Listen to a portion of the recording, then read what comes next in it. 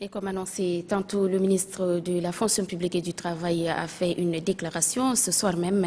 La déclaration est donc relative à la grève de l'UST qui perdure. Mamata Abalisala. Comme vous l'avez constaté, non seulement les responsables de l'IST ont appelé à une grève perlée, mais plus grave, à une grève sèche, même dans les services essentiels, dont l'interruption complète mettrait en danger la vie, la sécurité et la santé de la population. Et c'est en violation de la loi numéro 008/PR/2007 du 9 mai 2007, portant réglementation de l'exercice des droits de grève dans les services publics.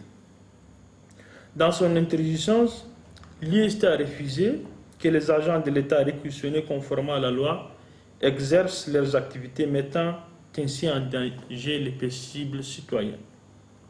Mieux, l'IST ne s'était pas arrêté aux revendications professionnelles, comme le lui permet la loi, mais elle est allée au-delà en faisant de la grève politique, chose que les conventions de l'Organisation internationale du travail, dont notre pays est membre, interdisent à toute organisation syndicale de travailleurs.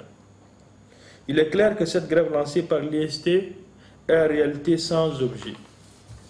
Devant cette situation, et compte tenu du fait que tous ces avantages accordés par les différents protocoles ont été remis en cause, il ne reste qu'à considérer tout cela réparti sur des bases nouvelles. C'est pourquoi certaines mesures s'avèrent nécessaires pour lancer un partenariat efficace et productif. À cet effet, le gouvernement décide de ce qui suit. L'annulation du protocole d'accord du 3 juin 2011, signé entre le gouvernement et le syndicat des travailleurs des affaires sociales et de la santé, ainsi que les effets financiers qui en découlent. L'annulation du protocole d'accord du 11 novembre 2011, signé entre le gouvernement de la République du Tchad, l'Union des syndicats du Tchad et la Confédération libre des travailleurs du Tchad, entraînant de facto l'abrogation du décret 1249/PR/PM/MFPT 2011, fixant l'échelonnement indiciaire et définissant les modalités de reclassement des corps et de reversement des fonctionnaires de la République du Tchad. Ainsi, en application des textes de la République, est-il demandé à tous les travailleurs réquisitionnés de reprendre sans délai leurs activités et faire fonctionner normalement les services.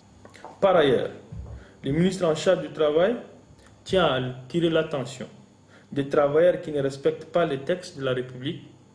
Ils doivent savoir que notre pays est un pays de droit et que le désordre n'y a pas droit de citer.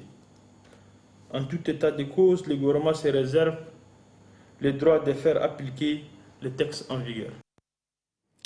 Voilà,